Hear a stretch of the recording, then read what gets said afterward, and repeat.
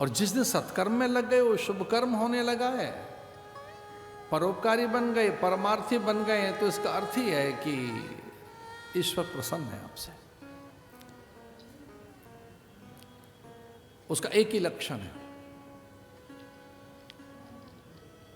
केवल एक लक्षण है। हम कैसे जानें कि भगवान हमसे प्रसन्न है?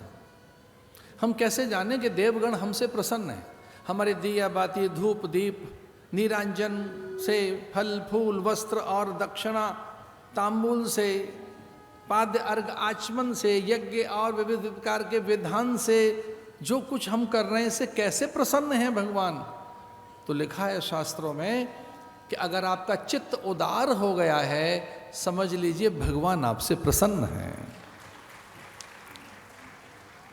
उदारता में आप दूसरों को क्षमा करने लगते हैं, दूसरों की गलतियां भुलाने लगते हैं, दूसरे दोषी नहीं दिखते, छोटे नहीं दिखते, उनमें द्वेष नहीं रहेगा, उनसे घृणा नहीं करोगे, उनसे ईर्ष्या नहीं होगी, उनके प्रति अमर्ष नहीं पैदा होगा, नहीं पैदा होगा।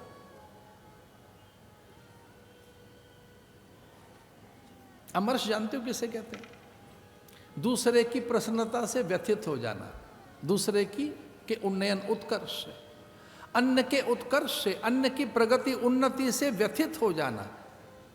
दूसरों की प्रगति देखकर आप अगर व्यथित हैं और आपका मुख म्लान हो गया है, इसे अमर्ष कहेंगे। इसका अर्थ है भगवान बड़े दूर हैं आपसे। ईश्वर की कृपा का अर्थ है कि आप उदार बन गए हैं, तो दूसरे की प्रगति, उनका उन्नयन, उत्थान, उत्कर्ष, उनकी ऊंचाइयां दूसरों की आपको अच्छी लगने लगे, और विशेषकर अपने पड़ोसी की, अपनों की। अपनों की प्रगति कई बार बहुत अच्छी नहीं लगती, अज्ञानता में, अज्ञानता में, अरे इतनी प्रगति हो गई इनकी। साधन ऐसा हुआ, गुरु प्रकट हो गए, साधन बन गया। औदार्य आने पर, चूंकि यज्ञ कर रहे थे वे, और यज्ञ में देने का नाम यज्ञ है, यज्ञ में लिया नहीं जाता, कुछ दिया जाता है।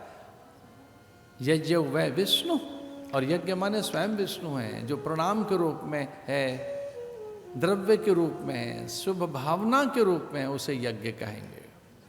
भगवान प्रकट हो गए, सूत जी के रूप में गुरु प्रकट हो गए।